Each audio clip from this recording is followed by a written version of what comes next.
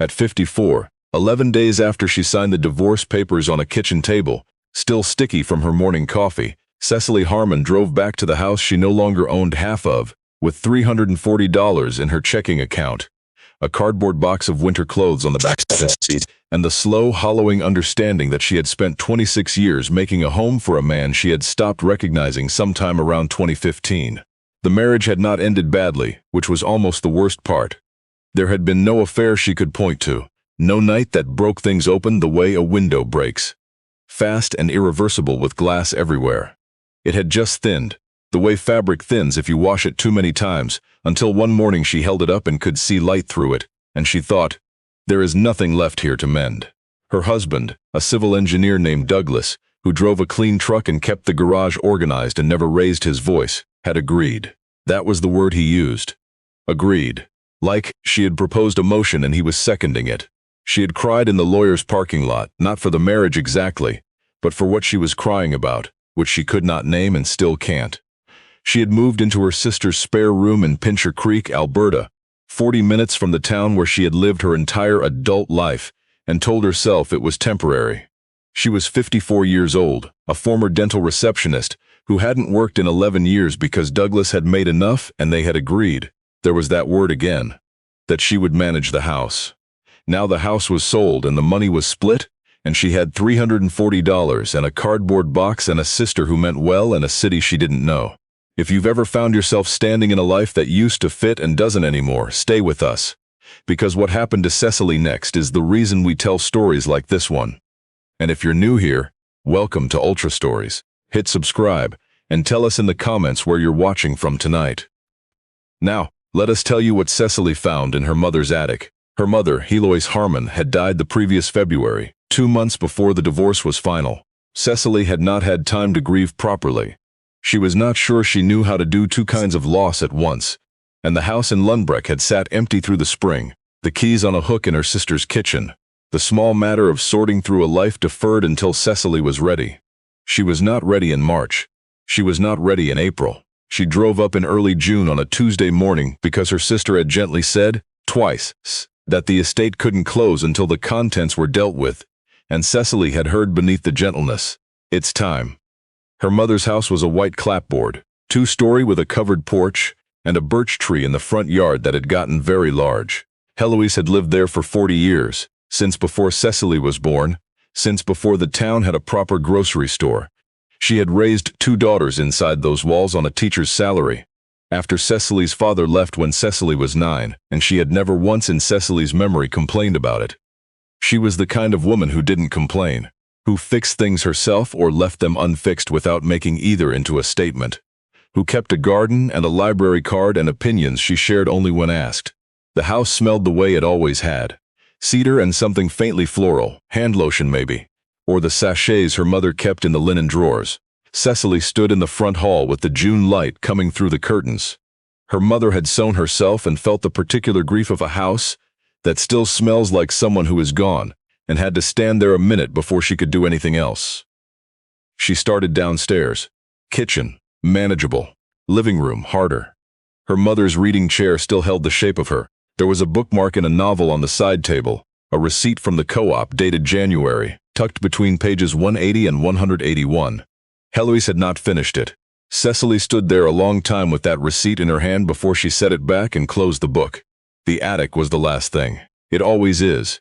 The pull-down stairs were stiff. They hadn't been used in some time. Cecily climbed into a low-ceiling space that ran the length of the house, smelling of dust and old wood, and she stood up carefully under the peak and looked around at 40 years of careful keeping. Boxes labeled in her mother's small, cursive, plastic bins of Christmas ornaments, a sewing machine in a case, 2 pairs of wooden skis leaning against the far wall from before Cecily could remember. She was reaching for a box marked Dynaments, tax, the sensible one to start with, the one an estate lawyer would want, when she saw it. On a low shelf behind the chimney stack, sitting flat beneath a folded wool blanket, was a wooden box she had never seen before. Roughly the size of a shoebox, pine with a small brass latch and the initials HVH burned into the lid. Not her mother's initials. Her mother had been HH. Heloise Ann Harmon. The V was not her mother's initial. Heloise's maiden name had been Varga. HVH Heloise Varga Harmon. Cecily sat down on the attic floor in the June heat with the box in her lap and lifted the latch. Inside was a letter. Not one letter, many, 40, 50 more, folded in thirds and bundled in elastic bands that had dried to brittleness, the paper soft at the edges from handling. All addressed in the same hand, a cramped, deliberate cursive, each envelope marked only with a first name. No last names, no addresses, no postage. These had never been mailed. Cecily pulled out the first bundle, and the elastic crumbled when she touched it. She unfolded the top letter. To Margaret it began. You don't know me, but I know your son, and I want you to know he is doing fine. He is working hard and he has people around him who care about him. I know you haven't heard from him, and I know that silence has probably felt like the worst thing. It's not what you think. I can't tell you more than that, but I needed you to know he is safe. Please don't try to find out who I am. There is a reason for that. Cecily read it twice. Then she read the next one. To the family of Thomas Kilrea, it said. A person who cared about Thomas very much wanted him to receive a proper service. The arrangements have been made. I'm sorry for your loss. Please don't try to find out who I am. She sat in that attic until the light through the single window went from white to gold to the beginning of orange, and she read every letter in that box, and by the time she climbed back down the stairs she had understood two things. The first was that her mother had spent years, possibly decades, doing something she had never told a single person about. The second was that Cecily had no idea what that something was, only that it was large and quiet, and that it had mattered enormously to a great many people whose names she did not know. Before we go further, we have to tell you, this was not the only box. She found another one the next morning when she came back. Same shelf, further back, behind the first. This one was not pine, it was an old tin, the kind that used to hold Christmas biscuits, painted green with a faded pattern of holly. Inside, receipts. Dozens of them bundled by year going back to 1998. Pharmacy receipts, grocery store receipts, a few from a bus company in Calgary, one from a hardware store in Lethbridge. Each one had a first name written on it in pencil. Different names than the letters, Sunita, Phil, Joan. Amounts ranging from $11 to several hundred. Nothing explained, no notes. Just names and amounts, years of them, going back 26 years. Cecily sat at her mother's kitchen table with both boxes open in front of her, and a cup of tea going cold beside her, and thought, I am 54 years old, my mother is dead, my marriage is over, and I do not know the woman who raised me. She didn't know where to start. So she went where you go in a small town, when you need to know something that isn't written down anywhere. She went to the church. St. Andrew's United on the main street had been her mother's church for as long as Cecily could remember. Not devoutly, not weekly, but in the reliable way of someone who believed in community if not always in doctrine. The minister was a woman named Reverend Sandra Beauchamp, who had been there for 12 years and who had, Cecily knew, sat with her mother in the months before her death. Reverend Beauchamp listened to the whole thing with her hands folded on the desk, between them. When Cecily finished, the minister was quiet for a moment. Then she said, I think I know what you found, but it isn't mine to explain fully. There are people in this town who can, and I think you should hear it from them. She made a phone call. The man who came to the church hall an hour later was named Arthur Steff, a retired postal worker in his 70s, lean and careful moving, with white hair and the kind of face that has been outdoors in Alberta winters for 50 years. He shook Cecily's hand and looked at her with the particular expression of a person preparing to say something that has waited a long time to be said. Your mother, he said, sitting down across from her at the long folding table, ran what some of us called the Quiet Fund for about 30 years, maybe longer. No official name, no charity registration, no paperwork of any kind that I know of, beyond what you found. He nodded at the boxes. She found people who needed help and she helped them. Quietly. No applications, no intake forms, nothing like that. Someone would come to her. Always word of mouth, always private. And she would find out what the need was and she would meet it, and that was the end of it. The only rule she had was that no one was ever to know her name. Cecily stared at him. What kind of help? Arthur thought about it. All kinds. Somebody's heat got cut off in January. She paid the bill. A woman in a bad situation needed bus fare out of town and a place to go. She arranged it. There was a family whose kid was sick and the medication wasn't covered. She covered it. She once paid for a funeral. She paid for 2 or 3. Never large amounts, nothing that would be noticed, but steady, year after year. He paused. I found out by accident, 30 years ago. I was working the counter and I saw her mailing something with no return address to an address she had written from memory. I asked her what it was. He smiled dry. She looked at me for a very long time and then she said, "Arthur, some things are just a letter to a stranger who needs one. Now don't be nosy." Cecily put both hands flat on the table. 26 years of receipts, 40-some letters. Her mother, who had lived on a teacher's salary and then a pension, who had sewn her own curtains and mended her own shoes and never taken a vacation Cecily could remember. Where did the money come from? Arthur nodded slowly. Which we asked her that once, a few of us who knew. She said, "I have what I need. The rest is for people who don't." That was all she'd say. We think she kept her own cost very low on purpose, so she'd have more to give. She drove the same car for 19 years. She grew most of her own food for the last 15, the garden. Cecily had always just thought her mother liked the garden. If you're still with us, then you understand why we had to stop there. Because what Cecily felt sitting in that church hall wasn't the simple warm feeling of discovering that her mother was a good person. She had known her mother was a good person. What she felt was something more disorienting than that. It was the feeling of realizing you have looked at something every day your whole life and not seen it at all. Stay with us, because the letters are the part that matters most, and we haven't gotten to what was written inside them yet. She drove home to her sister's house that night with both boxes on the passenger seat, and she sat up until 2 in the morning at the kitchen table, reading every letter in order of the date, penciled on the back. Dates she hadn't noticed at first. They went back to 1994, the year Cecily had been in her 3rd year of university in Calgary, home only at Christmas. The year her mother had been 41 years old, teaching grade 5, living alone, sending money to her daughters for textbooks. The earliest letters were short, careful, as if her mother had not yet found the right voice for the thing she was trying to do. To Derek, read one from November 1994. "I heard through a friend that things have been hard. I'm leaving something in the envelope. Please don't look for the person who sent it. Just use it for what you need." By the early 2000s, the letters had gotten longer. "Stay dear." Her mother had found her voice. To the parents of a young man called Joel, read one from 2003. "I don't know your names and I won't be told them. I know only that he is 18 and that he left home this spring because he was afraid of what home had become. He is not lost. He is working and he is safe and he has found people around him who are decent. I know that a silence like this one feels like an ending. It is not an ending. I have seen young men like him find their way through and come back changed for the better. I am writing because someone should write, and nobody else knows where to send the letter. Please take care of yourselves. It matters that you do. Cecily had to stop here for a while. Her mother had found these people, the mothers of runaway kids, the families of men who dropped out of sight, the people living on the underside of small-town life where things went wrong quietly and stayed quiet. And she had written to them, not to fix things, not to explain, just to say, "I know. Someone knows. You are not as alone in this as you feel." There was one letter that Cecily read 4 times before she set it down. It was from 2009, addressed simply to Sunita. "You have been carrying something for a long time that you were told was your fault. It is not your fault. I want to be clear about that. I am a stranger, and I have no reason to say it except that it is true, and I think someone should have said it to you a long time ago, and nobody did.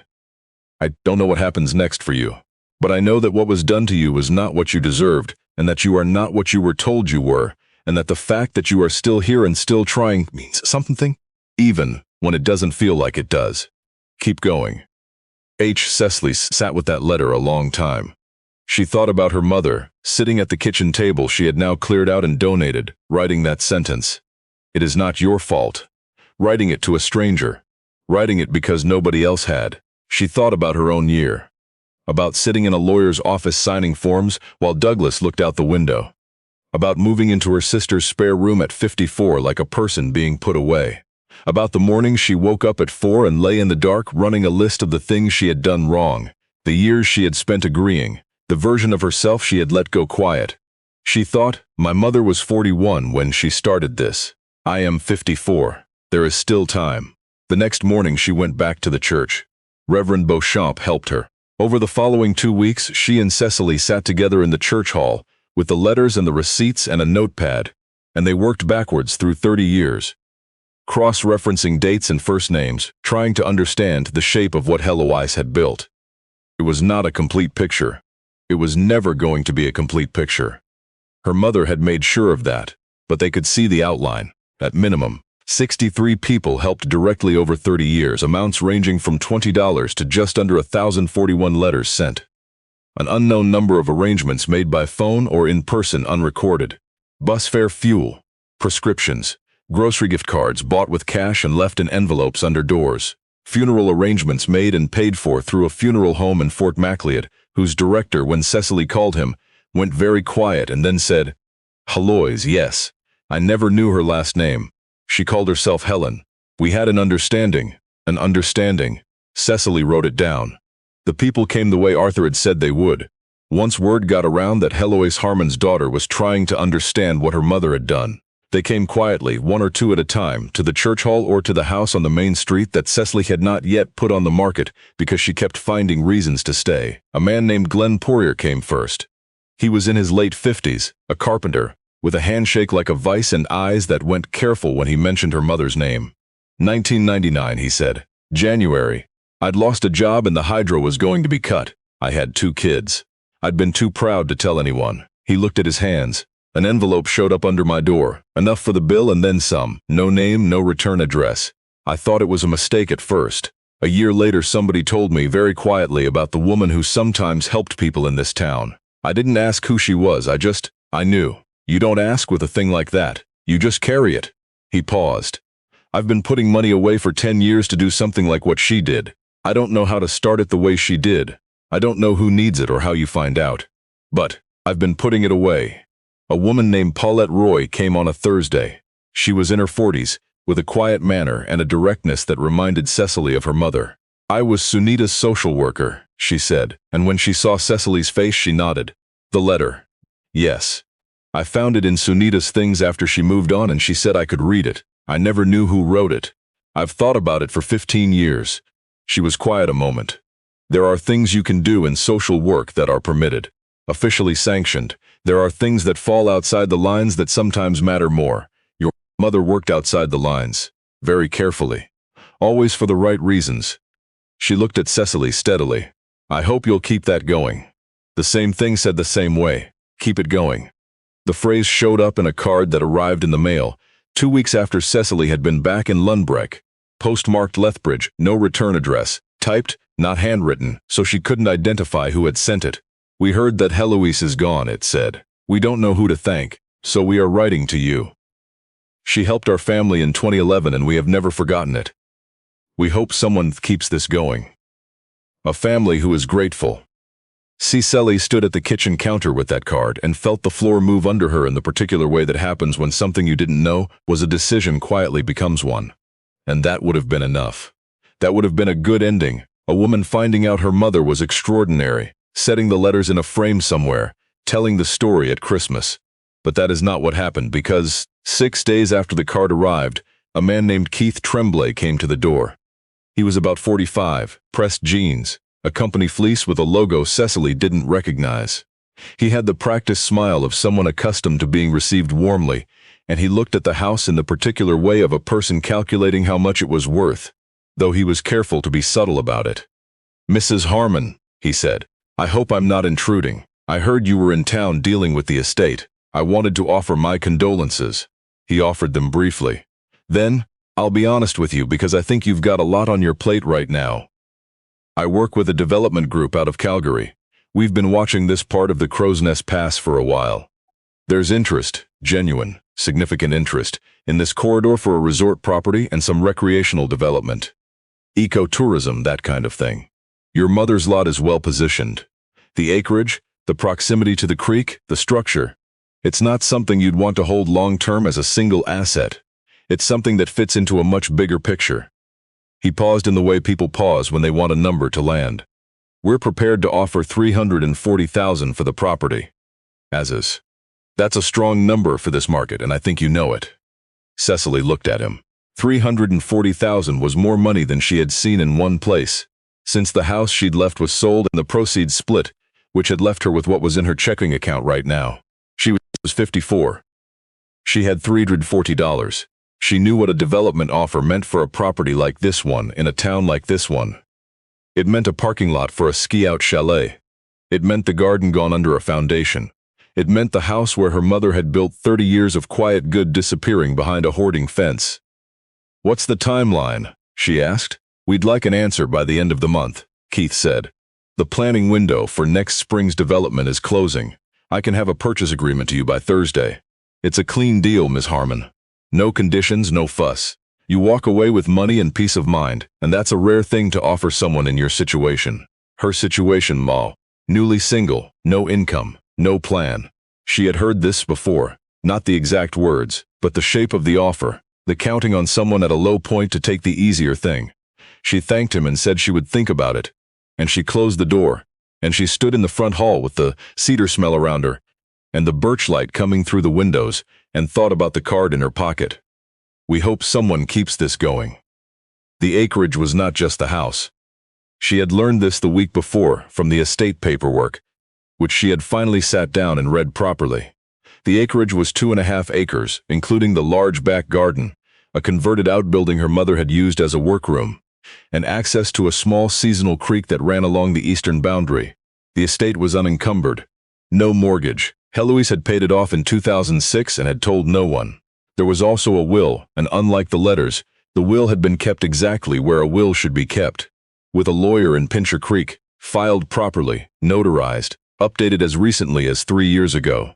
Cecily's mother had left everything to her daughters equally, with one clause that Cecily had glossed over the first time she read it and now read very carefully, standing in the hall.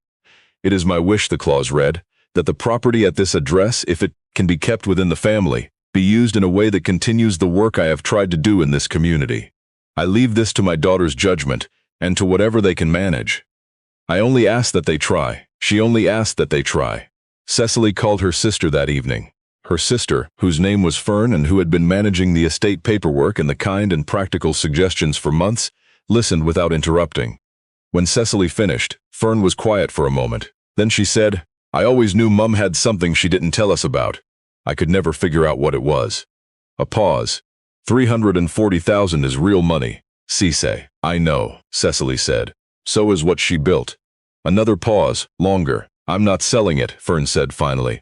"I'll sign whatever you need me to sign. What do you need?" What Cecily needed was Arthur. Arthur knew who the people were. Not all of them, but enough. He knew which families had been helped and would not mind being found, and which needed their privacy kept the way her mother had kept it. He helped her make a list. He helped her think about what the outbuilding could be used for, practically, without becoming something so official. It lost what had made her mother's work matter. The quietness, the no application, no intake form, here's help quality of it. She needed Reverend Beauchamp, who understood which community needs went unmet because they were too small for charities and too private for social services. She needed Paulette Roy, who understood how to find people who needed help without violating the trust that made them findable. And she needed to do something she had not done in 26 years of agreeing and managing and maintaining and keeping the house running, something that she had let go so gradually. She hadn't noticed until she was standing in a lawyer's parking lot in November, wondering who she was without a husband and a house. She needed to start something. She did not know how. She had been a dental receptionist. She had managed schedules and insurance forms. She had never run anything in her life. She was 54 years old, newly divorced with $340 in her account, and a house that was technically her mother's until the estate closed and a list of 63 strangers her mother had helped. She drove to Pincher Creek on a Friday and sat in the parking lot of the library for 20 minutes.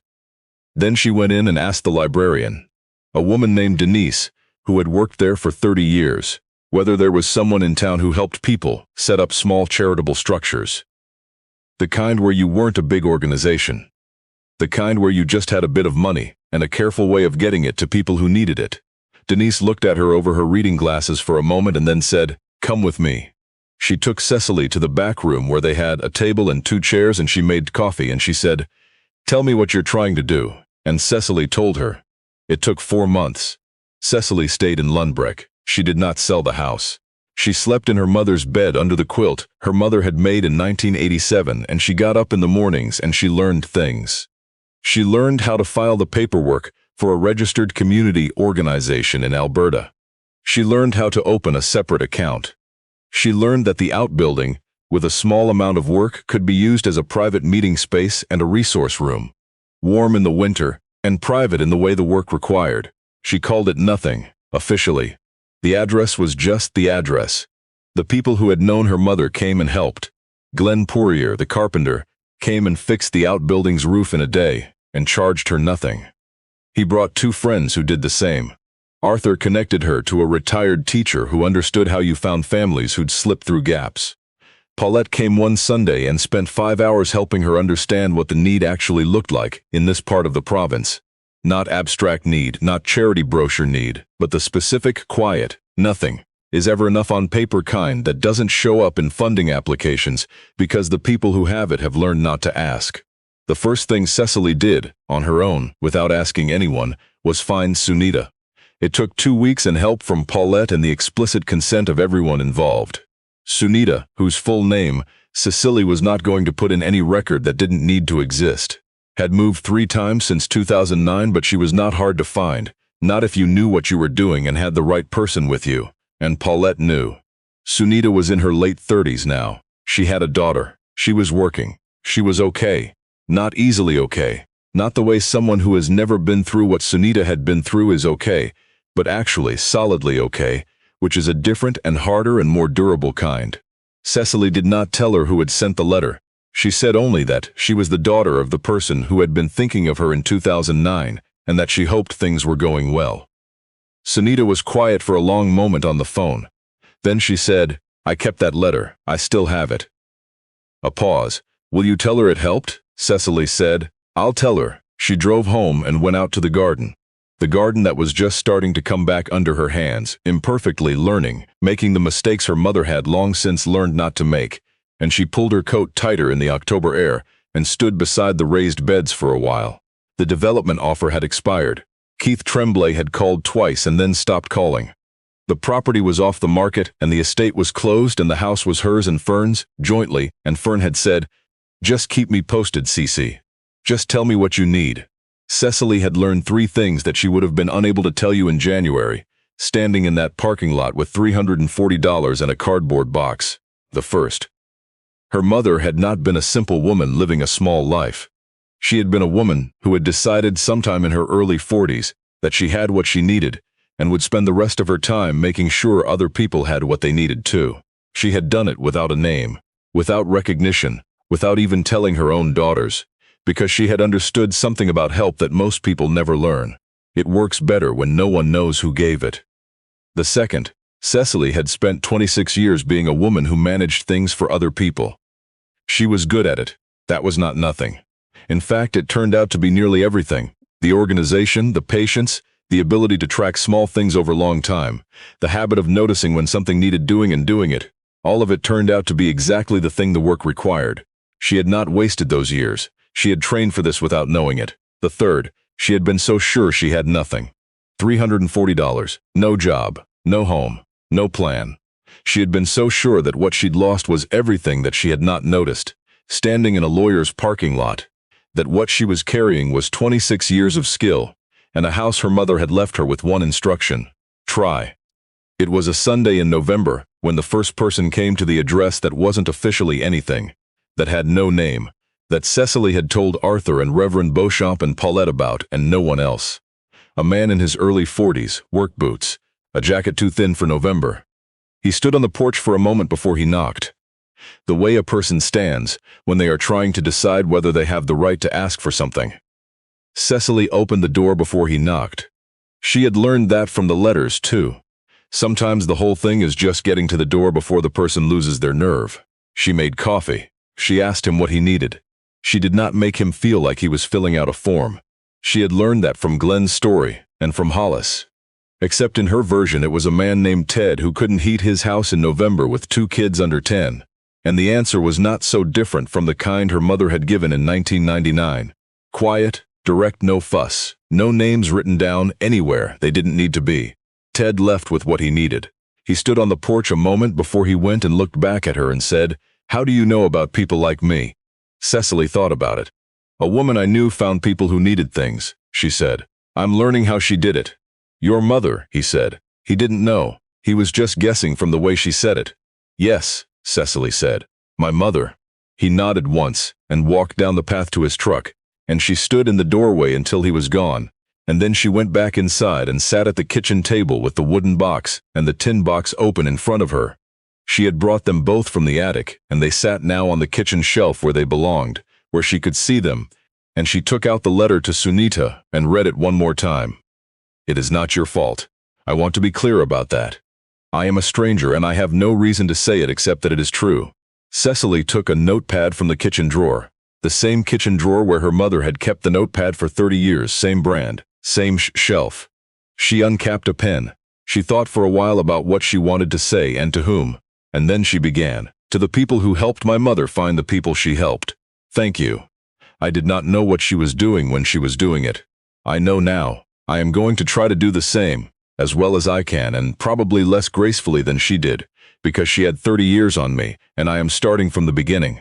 She paused. She thought about a woman who had driven the same car for 19 years, who had grown her own food, who had sat alone in a kitchen not so different from this one and figured out, slowly in the early 1990s, that she had enough and could give away the rest. She kept writing. She only asked that we try. "I am trying. If you know someone who needs something, you know how to find this address. Bring them, or send them, or come yourself. The door is open." She folded the note. She did not put her name on it. That, too, she had learned from her mother. Outside, the birch tree in the front yard had gone gold. The garden was put to bed for the winter, but it would come back. Everything her mother had planted always came back. Cecily Harmon was 54 years old, starting over, and she was not too late, and she was not too small for this. And the proof of that was 30 years of letters, in a box on a shelf, and 63 names, and a carpenter who fixed a roof for free, and a woman on the phone in another city who had kept a letter for 15 years, and a town that had been waiting, quietly, for someone to do what her mother had done. She sealed the note and walked it out to the post box at the end of the path, and on the way back she paused at the gate and looked up at the birch, which was losing its leaves now in the November stillness, one at a time, the way things go when they're ready. She went back inside.